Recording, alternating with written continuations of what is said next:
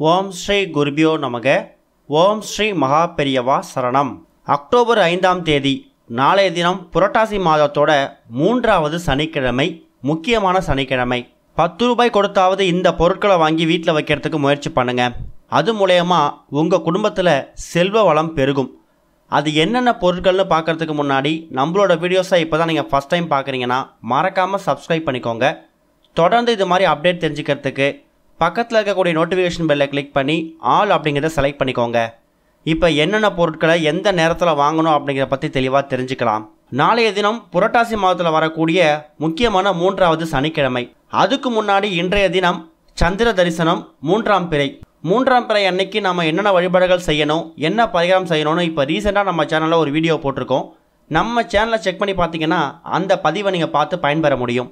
3ஆம் பிறை தரிசனத்தெல்லாம் முடிச்சுட்டு நாளைக்கு பிறக்கக்கூடிய புரட்டாசி மாதத்தோட 3வது சனிக்கிழமையை நீங்கள் ரொம்ப விசேஷமாக கொண்டாடணும். பொதுவாகவே பெருமாளுக்கோ இல்லை கடவுள்களுக்கோ இந்த ஒற்றைப்படையில் வரக்கூடிய விஷயங்கள் ரொம்ப ரொம்ப விருப்பம்.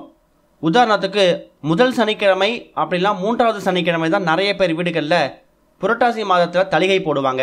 2வது சனிக்கிழமை 4வது சனிக்கிழமையை சாதாரணமான சனிக்கிழமை புரட்டாசி வழிபாடுகளை பயன்படுத்திக்கிட்டு 1வது அப்புறம் 3வது சனிக்கிழமையை ரொம்ப ரொம்ப விசேஷமாக கொண்டாடுவாங்க. காரணம், இந்த ஒற்றைப்படை எண்கள் அப்படிங்கிறது ஒரு மிகப்பெரிய ராசியை, ஒரு அதிர்ஷ்டத்தை ஏற்படுத்தும்.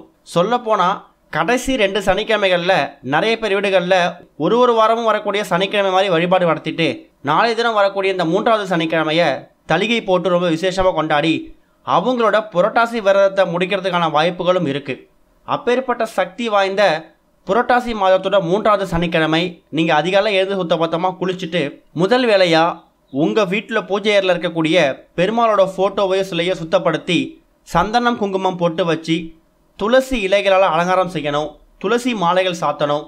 முடிஞ்சால் சின்னதாக டம்ளரில் தண்ணி பிடிச்சி வச்சு அதில் துளசி இலைகளை போட்டு கொஞ்சமாக பச்சை கற்பூரத்தை சேர்த்து துளசி தீர்த்தம் தயார் செஞ்சு வைக்கணும். பெருமாளுக்கு பிடிச்ச நைவேத்தியங்கள் நிறைய இருக்குது. அதில் நெய் அதிகமாக சேர்த்துருக்கக்கூடிய ஏதாவது நைவேத்தியத்தை நீங்கள் பெருமாளுக்கு செஞ்சு வச்சு படைக்கிறது ரொம்ப ரொம்ப விசேஷம். புரட்டாசி மாதத்தில் தளிகை போடுறது அப்படிங்கிறது 2 விஷயத்துக்காக. ஒன்று, பெருமாளோட அனுகிரகம் பெறணும் அப்படிங்கிறதுக்காகவும், இன்னொரு புறம் நாம் பெருமாளோட பேரை சொல்லி 4-5 பேர்களுக்கு நம்ம கையால் உணவளிக்கிறது தான். தளிகை போடும்போது எலுமிச்சை சாதம், புளி சாதம், தயிர் சாதம், மிளகு சாதம்னு சொல்லி பல வகையான கலவை சாதங்களை செஞ்சு அதை பெருமாளுக்கு படைச்சி வீட்டில் இருக்கக்கூடிய நாம சாப்பிட்றது மட்டும் இல்லாமல் உங்கள் வீடு பக்கத்தில் தெருக்களில் இருக்கக்கூடிய ஒரு 5-6 குடும்பங்களை கூப்பிட்டு சாப்பாடு போடுறதே ஒரு மிகப்பெரிய புண்ணியம் தான். அதுதான் ஒரு வருடமும் வரக்கூடிய இந்த புரட்டாசி மாதத்தில் தளிகை போடுறதுக்கான முக்கியமான நோக்கமே. தானம் அப்படிங்கிறது புரட்டாசி மாதத்தில் சனிக்கிழமையில் நீங்கள் கட்டாயம் செய்ய வேண்டிய ஒரு விஷயம். தளிகை வழிபாட்டெலாம் முடிச்சுட்டு மாலை ஒரு 6 மணிக்கு மேலே உங்கள் வீடு பக்கத்தில் இருக்கக்கூடிய பெருமாள் கோவிலுக்கு போங்க. முதல்ல கருடாழ்வாரை வணங்கணும். எப்படி மற்ற கோவில்களுக்கு போகும்போது முதல்ல விநாயகரை வணங்கிட்டு உள்ளே போகிறோமோ அதே மாதிரி பெருமாள் கோவில்களில் கருடாழ்வாரை வணங்கிட்டு அதுக்கப்புறம் பெருமாளையும் தாயாரையும் சேவிச்சுட்டு கடைசியாக சக்கரத்தாழ்வார், நரசிம்மர் இவங்கெல்லாம் தரிசனம் பண்ணிவிட்டு அதுக்கப்புறம் வீட்டுக்கு வரணும். முடிஞ்சால் தாமரை மலர்களும் துளசி இலைகளும் பெருமாள் கோவிலுக்கு வாங்கி கொடுக்கறது ரொம்ப ரொம்ப சிறப்பு. இது போக புரட்டாசி மாதத்தோட முக்கியமான 3வது சனிக்கிழமை இருக்கக்கூடிய நாளைய தினம் இப்போ நாம் சொல்லக்கூடிய இந்த பொருட்களில் குறைந்தது ஏதாவது ஒரு பொருள், முடிஞ்சா என்னால் எல்லா பொருளையும் வாங்கி வைக்க முடியும் அப்படின்னு நினைக்கிறவங்க தாராளமாக வாங்கி வைக்கலாம்.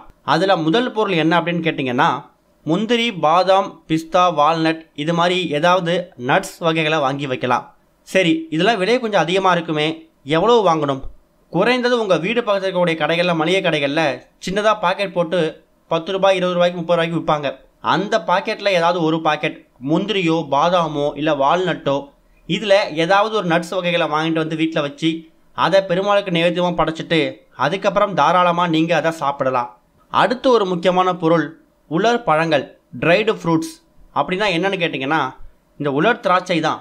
காய்ந்த திராட்சை இருக்குல்ல, அதுலேயே கருப்பு காய்ந்த திராட்சை, சாதாரணமான உலர் திராட்சை 2 இருக்குது. அதில் எதை வேணாலும் வாங்கி வைக்கலாம்.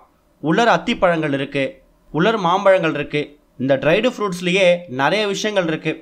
அந்த உலர் பழங்களை வாங்கிட்டு வந்து வீட்டில் வச்சு சொல்லப்போனால் இந்த புரட்டாசி மாதம் முடிகிற வரைக்கும் தினமும் பெருமாளுக்கு ஒரு திராட்சை கூட நீங்கள் உலர் திராட்சையோட வச்சு பூஜை பண்ணுறது ரொம்ப ரொம்ப விசேஷம். முடிஞ்சால் புரட்டாசி மாதத்தோட 3வது சனிக்கிழமை இந்த உலர் பழங்கள், ட்ரைடு ஃப்ரூட்ஸ்னு சொல்லக்கூடிய ஏதாவது ஒரு வகைகளை வாங்கிட்டு வந்து வீட்டில் வைக்கிறது விசேஷம். அடுத்து ஒரு முக்கியமான பொருள் கிழங்கு வகைகள். கிழங்கு வகைகளில் இந்த மரவள்ளி கிழங்கு அப்படி இல்லைன்னா சர்க்கரை வள்ளி கிழங்கு, ஸ்வீட் பொட்டேட்டோன்னு சொல்லுவாங்க. இந்த 2 கிழங்குல எந்த கிழங்கு கிடைச்சாலும் கூடுமான அளவுக்கு சர்க்கரை வள்ளி கிழங்கு கிடைச்சா விசேஷம்தான். அந்த சர்க்கரை வள்ளி கிழங்கை வாங்கிட்டு வந்து முடிஞ்சா அப்படியே வச்சு படைங்க. இல்லையா அந்த சர்க்கரை வள்ளி கிழங்கை கொஞ்சமாக அவித்து அதை நீங்கள் பெருமாளுக்கு நைவேத்தியமாக படைக்கிறதும் ரொம்ப ரொம்ப விசேஷம்.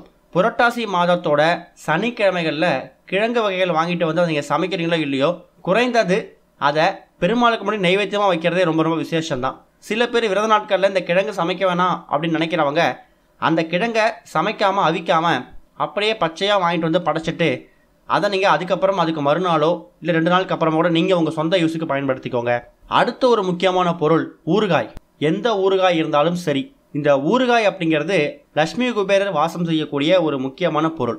ஏற்கனவே உங்கள் வீட்டில் பெரிய பெரிய டப்பாவில் ஊறுகாய் இருந்தாலும் பரவாயில்லை, ஒரு 5 ரூபாயிலேருந்து 10 ரூபாய் வரைக்கும் ஊறுகாய் பாக்கெட்டை வாங்கிட்டு வந்து வீட்டில் வைங்க. அது மூலயமா லட்சுமி குபேரோட அனுகிரகம் பரிபூர்ணமாக இருக்கும். குபேரர் யாரு? செல்வத்துக்கு பணத்துக்கு அதிபதி மகாலட்சுமி தாயார். இவங்க 2 பேரோட அனுகிரகம் சேர்த்து கொடுக்கக்கூடிய ஒரு பொருள் தான் இந்த ஊறுகாய். அடுத்ததா பழ வகைகளில் மாதுளை அப்படின்னா கொய்யாப்பழம், இந்த 2 பழங்களில் உங்களால் என்ன பழம் வாங்க முடியுதோ இல்லை உங்கள் வீடு பக்கத்தில் என்ன பழம் கிடைக்குதோ, இந்த வாழைப்பழம்லாம் எப்பவும் கிடைக்கக்கூடிய பழங்கள் தான், அதை எளிதாக வாங்கிடலாம்.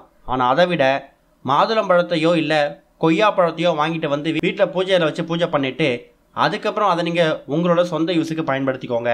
நாளைய தினம் சனிக்கிழமை அப்படிங்கிறதால துளசி மணி மாலை. பெருமாளுக்கு இந்த துளசி இலைகள்லாம் ரொம்ப பிடிக்கும் இல்லையா? அந்த துளசி இலைகள் இருக்கக்கூடிய துளசியோட வேர்க்கட்டை இருக்குல்ல, அந்த வேர்க்கட்டையை எடுத்து அதை சுத்தப்படுத்தி அதை மணியாக செஞ்சு அதை தேவஸ்தான கடைகள்லையும் காதி பவன்லையும் துளசி மணி மாலையெல்லாம் விற்பாங்க. அந்த துளசி மணி மாலைகள் அப்படிங்கிறது நேர்மறை ஆற்றல்களை தான் பக்கம் ஈர்க்கக்கூடியது, எதிர்மறை ஆற்றல்களை வீட்டை விட்டு விரட்டி அடிக்கக்கூடியது. அப்பேற்பட்ட சக்தி வாய்ந்த துளசி மணி மாலைகளை முடிஞ்சால் ஒரு மாலையை வாங்கிட்டு வந்து நீங்கள் அதை பயன்படுத்துகிறீங்களோ இல்லையோ, கழுத்தில் போட்டுக்கிறீங்களோ இல்லையோ, பூஜையில் வைக்கலாம். இந்த பொருட்கள் எல்லாத்தையும் எத்தனை மணிக்கு வாங்கணும்? நாளைக்கு சனிக்கிழமை, புரட்டாசி 3வது சனிக்கிழமை. ராகு காலம் பார்த்தீங்கன்னா காலைல 9 மணிலேருந்து 10:30 மணி வரைக்கும் இருக்குது. யமகண்டம் 1:30 மணிலேருந்து 3 மணி வரைக்கும் இருக்குது. இந்த 2 நேரத்தை மட்டும் தவிர்த்துடுங்க. காலையில் ஒரு 9 மணிக்குள்ள, மாலை ஒரு 6-7 மணிக்கு மேலே எப்போ வேணாலும் இப்போ நாம் சொல்லிக்கக்கூடிய இந்த பொருட்களில் ஏதாவது ஒரு பொருள் முடிஞ்சால் எல்லா பொருளையும் வாங்கி வைக்கிறதுக்கு முயற்சி பண்ணுங்கள். புரட்டாசியோட 3வது சனிக்கிழமை கட்டாயம் உங்கள் கையால் தானம் பண்ணுங்கள். ஒருவேளை நாங்கள் தலிகை போடலை, யாரையும் கூப்பிட்டு சாப்பாடு போட முடியலையா, பரவாயில்லை, பெருமாள் கோவிலுக்கு போங்க. பெருமாள் கோவிலில் அந்த கோவில் வாசலில் எவ்வளோ பேர் யாசகம் கேட்டு உட்கார்ந்துருப்பாங்க. அவங்களுக்கு உங்களால் முடிஞ்ச அளவுக்கு நிதியுதவியோ இல்லை உணவோ செய்யுங்க. அதுவும் முடியலையா, கோவில் வாசலில் வயசானவங்க யாராவது பூ கட்டி வியாபாரம் பண்ணுவாங்க, இல்லை அர்ச்சனை விற்பாங்க.